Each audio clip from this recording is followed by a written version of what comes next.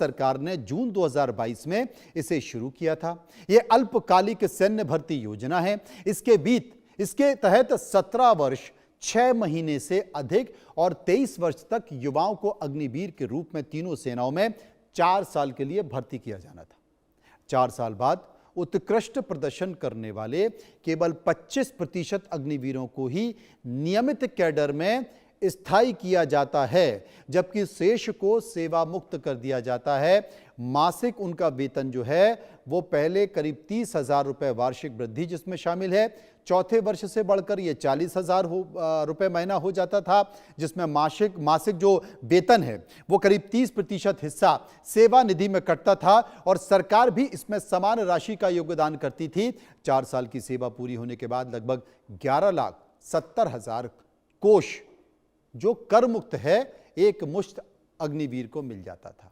जबकि बीमा और अनुग्रह राशि की बात करें तो सेवा के दौरान अगर मृत्यु हो जाती है तो 48 लाख का जीवन बीमा, 44 लाख रुपए की अनुग्रह राशि परिवार को दी जाती थी।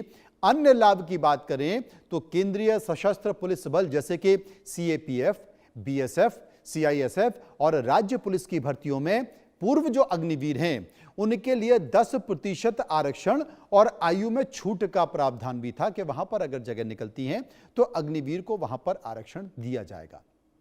अब लेकिन फिर भी नाराजगी थी, विपक्षी पार्टियां सवाल उठा रही थी, तो सरकार ने कहा कि हम परमानेंट कर देते हैं, भाई हमारे यहां तो कमी है। अब जो लोग सीख गए हैं, 4 साल जिन्होंने काम कर दिया वो क्यों जाएंगे, हम इन्हीं को स्थायी कर देते हैं। तो अलग अलग सेनाओं में यानी कि थल सेना, वायुसेना और जल सेना तीनों में अब एक प्रस्ताव तैयार हो गया है अग्निवीरों को स्थायी करने का। तमाम सारी बातों के बीच आखिर वो क्या मजबूरी और रणनीति है जिसके कारण सरकार और सेना को यह बड़ा कदम उठाना पड़ा, आपको यह भी जानना जरूरी होगा, क्योंकि सबसे बड़ा जो जवाब है वो जवाब है हाईटेक वॉरफेयर। आज की जंग बंदूकों से ज्यादा कंप्यूटर, मिसाइल सिस्टम, ड्रोन और रडार से लड़ी जाती है। सेना के अधिकारियों का मानना है कि 4 साल का समय किसी भी सैनिक को इन जटिल और बेहद संवेदनशील प्रणालियों में एक्सपर्ट बनाने के लिए बहुत कम है। जब तक एक अग्निवीर तकनीक को पूरा सीखता है तब तक उसके रिटायरमेंट का समय आ जाता है।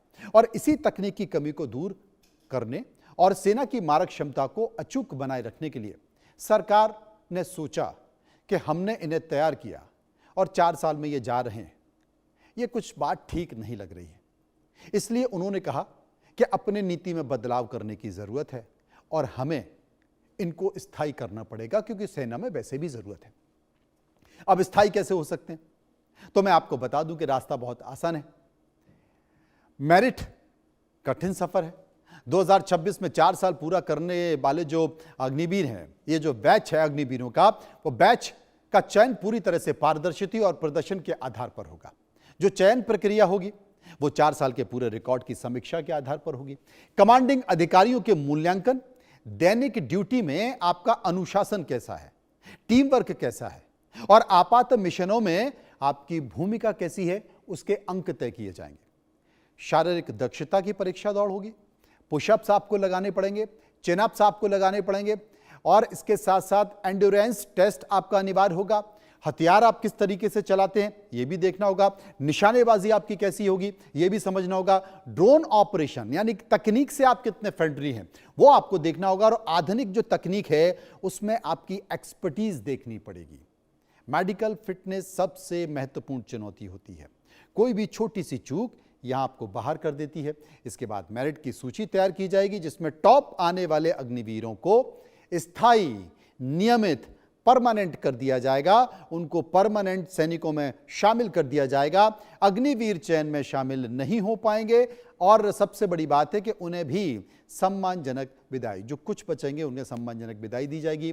11,71,000 रुपए टैक्स फ्री उनको निधि पैकेज देगी, जो पुरानी व्यवस्था है जिसमें स्किल सर्टिफिकेट, आयु सीमा छूट और सीएपीएफ और जो पुलिस की भर्ती होती है तमाम राज्यों में, उनमें उन भर्ती प्रक्रियाओं में वो शामिल हो सकते हैं और उसमें आरक्षण की व्यवस्था भी की गई है। तो ये तमाम सारी चीजें की गई हैं, लेकिन अग्निवीर के लिए ये परीक्षा न सिर्फ एक महत्वपूर्ण मुद्दा होगा और अब मुझे लगता है कि इनकी संख्या, जो अग्निवीरों की संख्या होती है भर्ती की, वो बढ़ जाएगी। सेनाओं के जो इस साझा प्रस्ताव के बाद सरकार ने क्या किया, सेना जितनी भी सेना है उन सब ने एक साझा प्रस्ताव बनाया और प्रस्ताव बनाकर सरकार के पास भेज दिया है। अब पूरी गेंद सरकार के पाले में आ गई है, यानी कि डिफेंस मिनिस्ट्री, रक्षा मंत्रालय में पहुंच चुकी है, जो कि राजनाथ सिंह पास। अब सबसे बड़ी चीज है तो चीफ ऑफ डिफेंस स्टाफ की जो अगुवाई है, उस अगुवाई वाले डिपार्टमेंट ऑफ मिलिट्री अफेयर्स यानी कि डीएमए से बोलते हैं, डीएमए में इस वक्त भारी हलचल मची हुई है इस योजना को लेकर। फाइलों को खंगाला जा रहा है, बजट का आकलन किया जा रहा है। देखिए, आप जब किसी को आप स्थायी करते हैं तो आपको अपना बजट भी तो देखना पड़ता है, क्योंकि जितने भी सरकारी प्रतिष्ठान हैं उसमें सबसे ज्यादा पैसा खर्च होता है वो सैलरी में ही खर्च होता है।